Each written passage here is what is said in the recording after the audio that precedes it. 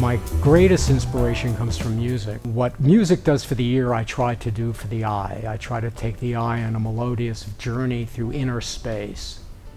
And that's what I've been trying to do for many years. So you could see that in my work. All of these pieces are improvised. I may have a preconceived notion when I start, but I'm improvising all the time.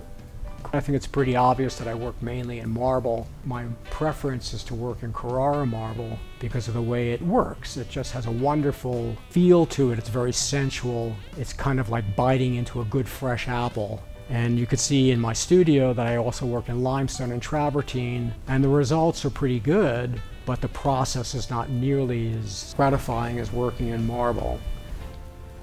Because most of these pieces I just have a preconceived concept and I just improvise like jazz music as I'm going along.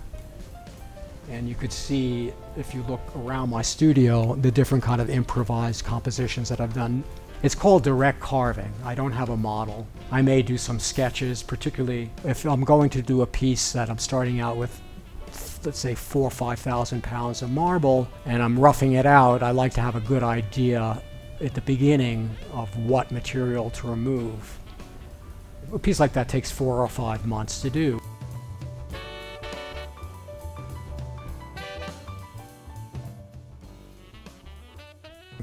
And I get a lot of inspiration, probably similar to the way Van Gogh got his inspiration, and recapturing the forces of nature through the work, the fluidity of water running over rocks, the feeling of wind blowing through trees, etc.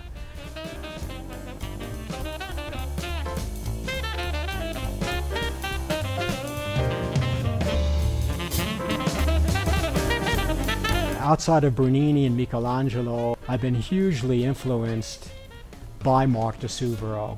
De Suvero said to me in 1984, I was working at his studio, and he came to me one day. He said, "Paul, you've got to learn the difference between capricious and essential form." But first I had to go to the dictionary and look up the word capricious.